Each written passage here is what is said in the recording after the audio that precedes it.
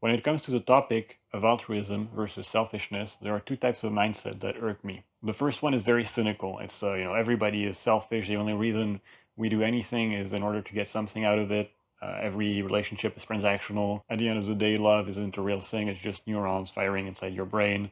If you see a drowning kid and you go and save them, it's just really a selfish action of self-gratification because now you get to feel good about yourself and you wanted to avoid feeling bad about yourself if you didn't do anything. But at the end, it's all just based on self-interest, and basically the world is just this big web of exploitation and selfishness.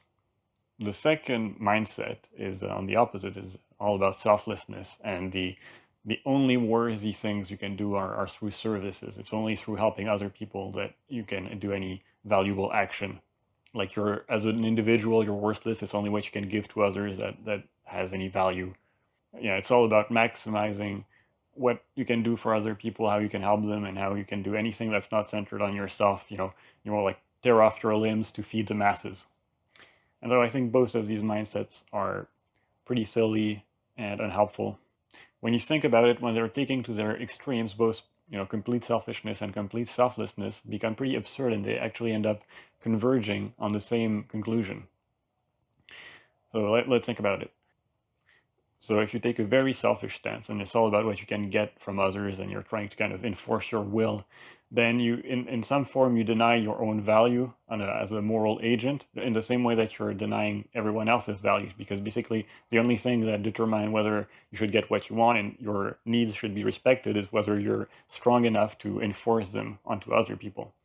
This kind of attitude of might makes right and survival of the fittest. The thing is, that's a pretty fleeting state. You can stay, maybe if you're lucky and you happen to be pretty strong, or you've got a good way, or maybe you're good at manipulating people, that can last for some while. But you never know when circumstances can change. You fall sick, or you got an accident, or just someone better comes in. So it's a pretty fleeting state. And then as soon as someone is better than you at exploiting others, then you lose all your value and it goes to them, because nobody intrinsically has any value. It's just about the strongest person, or the person that's the best able to exert their will onto others, wins.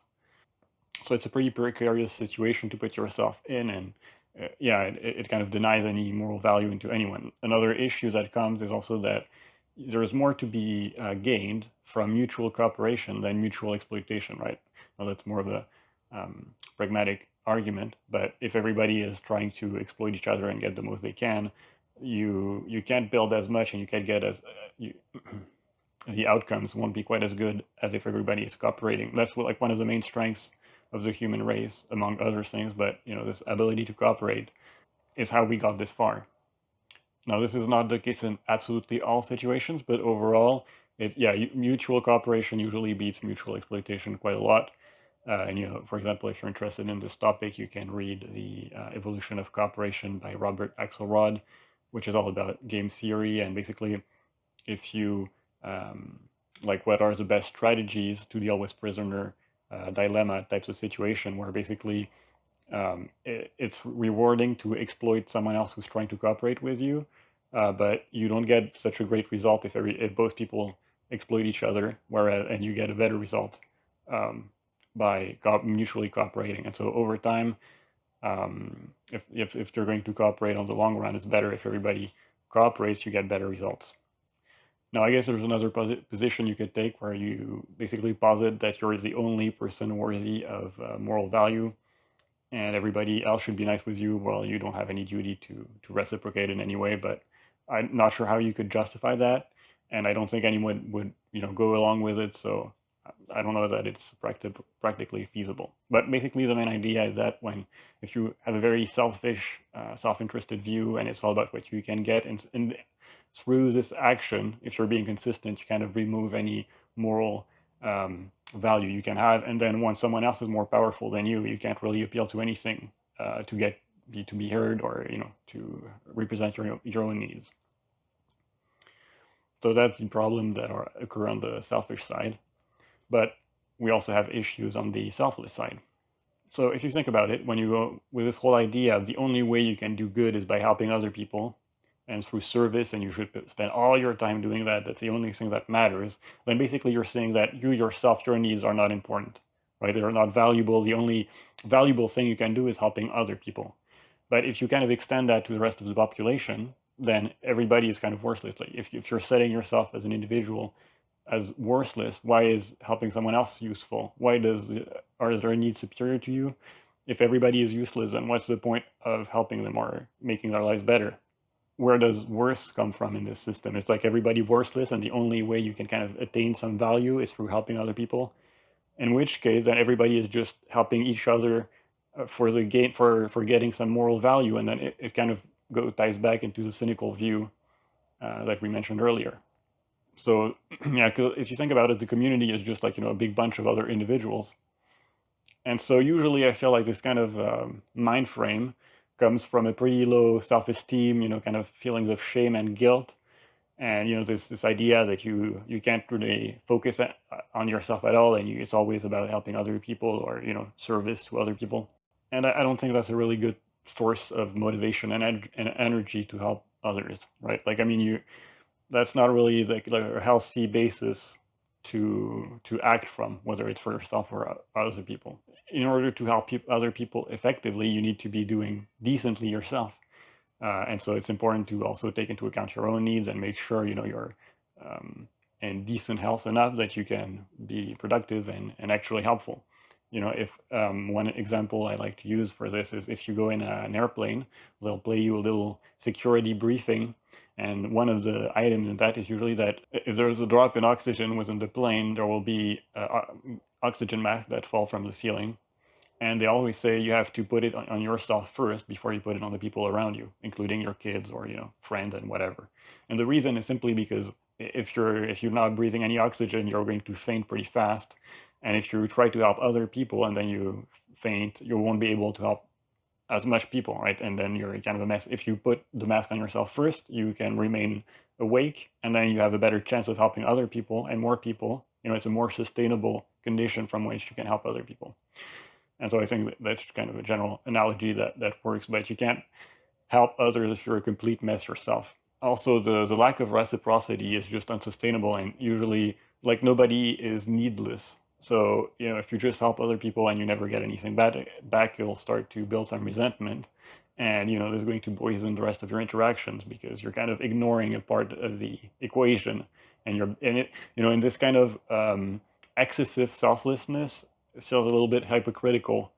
And like, yeah, it's not really taking into account all the variables.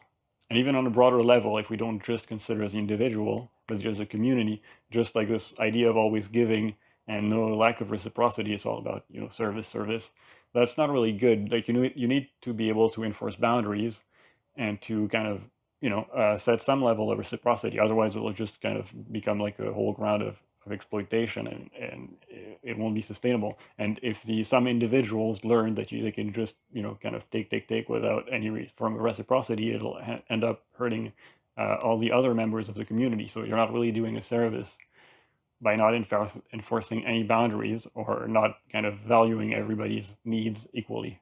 So in conclusion, this full selfishness or full selflessness seem a little bit self-defeating and inconsistent, where they both kind of end up with nobody having any worse. And so it's either you try and be the strongest and get your way for as long as you can, and you're this pretty stressful way of living, or you think you have no value and your only way for redemption is through helping other people, but in kind of so doing, you remove any value in everyone else. The only way that it can make sense to help other people and for it to be meaningful is if everyone matters, and everybody's needs have some level of worth and should be taken into account.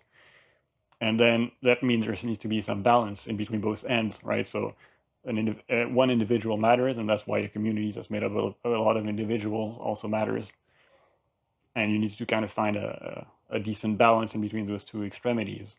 I don't know if this video is very likely to change the mind of people that are on the very selfish side, but on the people that tend to take this whole super selflessness and it's all about doing the right thing and I never think about my own needs, maybe I can shift a little bit that mind frame. Yeah, the only way you can make it work is through some level of balance. And I think it's fine to take your needs into account, and at least a little bit, because if only because if you don't take care of yourself enough, you just won't be able to help other people. And on a similar topic, I mean, it's not exactly the same thing, but there's like a lot of commonalities. You can check out that Hargrave's videos. He's got several videos on this topic of posturing, collapsing, and composure, which is kind of similar to this paradox. Basically, the only way for your needs to be respected by others is to set up a system where everybody agrees that everybody's needs matters, and the only way for helping others to matter is if helping yourself or your needs also matter to an extent. And so yeah, that's the general idea of this video. And I don't like when people go on either extremes because it's self-defeating. Anyways, I hope you liked this video. Thanks for watching, and see you in the next one.